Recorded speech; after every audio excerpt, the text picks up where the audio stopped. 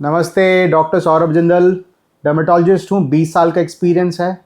आज common myth के बारे में बात करेंगे जो इतनी प्रचलन है सोसाइटी में कि लोगों को लगता है कि ये तो सही है। पहली, क्या ग्लूटाथियन इंजेक्शन और फेयरनेस ट्रीटमेंट सेफ है? इस चीज से मैं बहुत दुखी होता हूँ जब मेरे पास लोग आके बोलते हैं डॉक्टर साहब 2 महीने में शादी है, जादू कर दो। उस डी डे पे मेरे को ना बिल्कुल ही रानी बन के जाना है।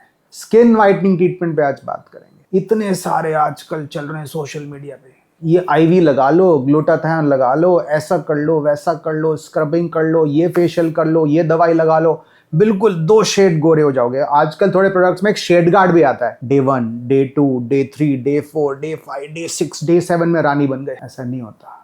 जादू ना जादू ही होता है, वो सर्कस में ही होता है, वो रियल लाइफ में जादू नहीं होता। रियल जो बेनिफिट होता है स्किन वाइटनिंग ट्रीटमेंट का, प्रॉब्लम ये है कि अनरेगुलेटेड मार्केट है। FDA, food and drug administration, जो एक सर्टिफाई करने की बॉडी है, स्टैंप लगाती है ये कर सकते हो नहीं कर सकते। इतनी सारे skin whitening treatment FDA approve नहीं है। जहां से मैं ना आए नो, मेरी ना वहां पे दोस्त थी, वो आई, उसने कुछ किया, पता नहीं क्या हो गया।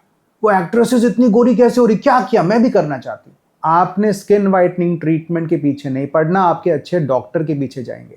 वो आपको बताएगा क्या सेफ है क्या नहीं है। आप ना मिथ में ना जाएं। ये सारी चीज़ें आपके स्किन को डैमेज कर सकती हैं। हम देखते हैं स्टीरॉइड्स, इतने सारे स्टीरॉइड्स यूज़ होते हैं। एक हमारे यहाँ पे ना आसपास एक ब्यूटी पार्लर में एक मैडम है, उसको मैडम बोला जाता है।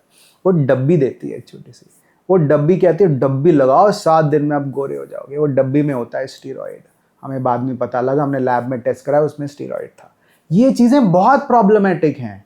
इसको बिल्कुल ही अपने जहाँ से में ना पड़ें, डॉक्टर की सलाह लें, वो बताएगा बेस्ट वाइटनिंग ट्रीटमेंट क्या होती है। क्या इंडियन स्किन को सनस्क्रीन की जरूरत नहीं है? बिल्कुल गलत। इंडियंस को भी सनस्क्रीन की ज़रूरत है। हमें लगता है ना सिर्फ गोरों को सनस्क्रीन की ज़रूरत है। मैं याद है जब मैं क्रिकेट मैच देखा करता था बचपन में, ऑस्ट्रेलिया जाती थी इंडियन क्रिकेट टीम, यूके जाती थी, लॉर्ड्स में खेलती थी क्रिकेट। वहाँ पे ना जितनी भी ऑडियंस होती थी वो या तो बियर पी रही होती थी या तो सनस्क्रीन लगा रही होती। इंडियंस के जो अगर हमने मैचेस देखे हो, आईपीएल मैचेस, वहाँ पे तो कोई सनस्क्रीन लगा नहीं रहा है ना। जीतेगा भी, जीतेगा चल रहा है कि नहीं। तो इंडियंस को क्या सनस्क्रीन नहीं चाहिए? बिल्कुल नहीं।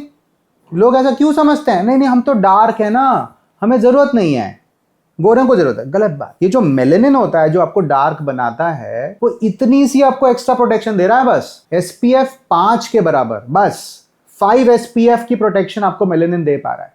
और आपको चाहिए एसपीएफ 30 एंड एसपीएफ 50। तो इसका मतलब इंडियन स्किन में भी जरूरत है। क्यों जरूरत है? बहुत सारी मिडिल एज वुमेन आती हैं, डॉक्टर साहब झाइयां हो गई, यहाँ पे ना ब्राउन ब्राउन ब्राउन बर्न हो जाता है। मैं बोलता हूँ आप सनस्क्रीन लगा देते।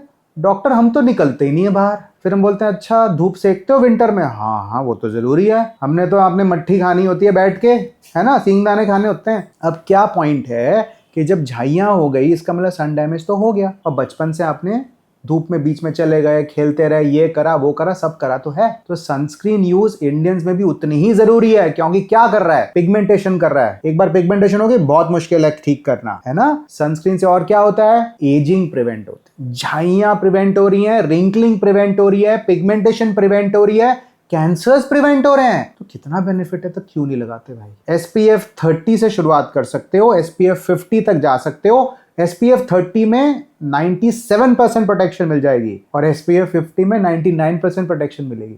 तो ये ना सोचो 30 और 50 में 20 का अंतर है, 30 और 50 में 2% का अंतर है। तो अगर थोड़ा सा कम के पैसा खर्च करना चाहते हो SPF 30, लेकिन जरूरी है इंडोर्स भी जरूरी है।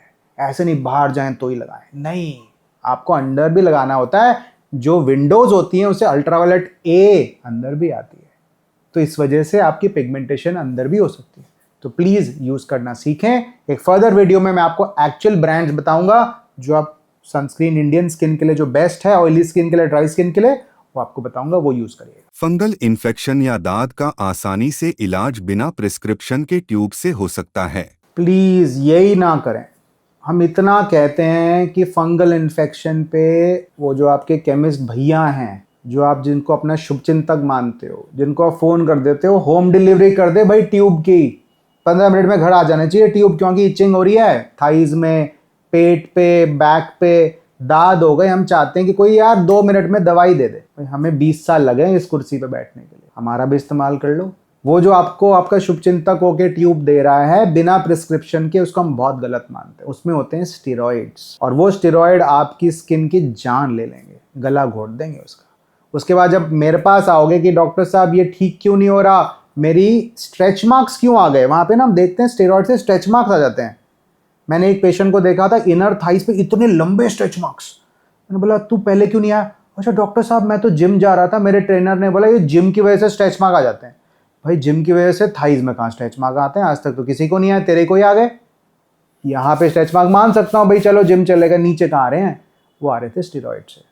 और सबसे दुखद बात, एक बार आपका स्किन डैमेज होगी स्टेरॉइड से, रिपेयर इम्पॉसिबल है। अपनी गॉड गिफ्टेड स्किन को किसी नॉन डर्मेटोलॉजी पर्सन के हाथ में सौंप के आप बहुत अपना नुकसान कर रहे हो। थोड़े से पैसे बचाने के वजह से आपकी स्किन खराब होती है। एक रिक्वेस्ट रहेगी, सही जगह पहुँचें, वो आपका बिल्कुल जिसको बोलते हैं ना शर्तिया इलाज हो जाता है, वो इम्पॉर्टेंट है। हम इंडिया में तो हम पैदा ही ये सोच के होते हैं कि अगर मुझे पिंपल्स हो गया तो मुल्तानी मिट्टी तो घर में ही पड़ा है। हेयर ऑयल और शैम्पू से कभी भी ना आज तक हुआ है ना आगे 100 साल में होगा। आजकल जितने यहाँ पे घर हैं भारत में, उतने वेरिएशंस हैं तेल बनाने के। तो अगर कोई बड़ा बरगद का पेड़ है, उसकी जड़ों में प्रॉब्लम होगी तब पेड़ खराब है। आप बोलेंगे जड़ों को छोड़ो, ऊपर पत्तों को ना बिस्लरी पानी से धो लो, स्क्रब मतलब ऊपर की डेड लेयर उतार दो तो स्किन में ग्लो आ जाएगा। आप एवोल्यूशन का काम, भगवान का काम आप क्यों कर रहे हो? यहाँ पे बाल तोड़ हो रहा है, शरीर की गर्मी निकल रही है, पिंपल्स हो रहे हैं, शरीर की गर्मी निकल रही है। इतनी सारी बीमारियां हैं जो एक्चुअली डिजीज है, वो गर्मी नहीं है, ये कीटाणु है जो तैर रहा है आपके सर पे।